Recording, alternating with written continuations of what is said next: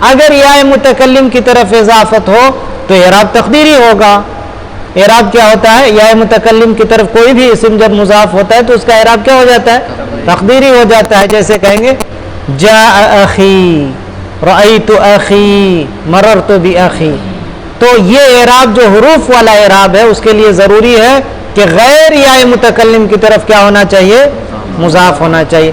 تو یہ 4 شروط ہیں، ان کو سامنے رکھنا کیا ضروری ہے حروف کا اعراب دینے کے لیے اسماء ستہ کو. اس میں سے بعض مختص شرائط بھی ہے، بعض الفاظ کے لیے الگ الگ شرطیں بھی رکھی گئی ہیں. جیسے فمن، فمن کی شرط یہ ہے کہ یہ میم کے بغیر ہو، فو ہو، ہے کہ نہیں، واو کے ساتھ ہو. جیسے کہیں گے ہذا فوکا، اگر میم کے ساتھ ہو تو اعراب حرکت کے ساتھ ہوگا. جیسے ہذا فموکا، تو واو کے ساتھ ہونا چاہیے نہ کہ میم کے ساتھ. ذو کی شرط یہ ہے کہ یہ اسم جنس کی طرف کیا ہو؟ مضاف ہو. یہ اسم جنس کی طرف کیا ہو؟ مضاف ہو، اکیلے نہ ہو. اسم جنس کی طرف کیا ہونا چاہیے؟ مضاف. جیسے ذو مالن، ذو مالن، اس طرح اسم جنس کی طرف مضاف ہو. ذو بمعنی الذی نہ ہو، کیونکہ بنی طی کی زبان میں ذو کیا ہوتا ہے؟ الذی کے معنی میں ہوتا ہے. تو الذی کے معنی میں نہ ہو بلکہ صاحب کے معنی میں ہو. ذو کس معنی میں ہونا چاہیے؟ صاحب کے معنی میں ہونا چاہیے. تبھی جا کے یہ کیا ہوگا؟ یہ حروف کے ساتھ اس کا اعراب دیا جائے گا. تو ذو کے لیے شرط کیا ہے کہ یہ اسم کی طرف مضاف ہو، نہ کہ ضمیر کی طرف. باقی حروف ضمیر کی طرف بھی مضاف اگر ہو تو ہو جائے گا، یہ اسم کی طرف مضاف ہونا چاہیے. اور دوسرا یہ کہ یہ صاحب کے معنی میں ہو، الذی کے معنی میں نہ ہو.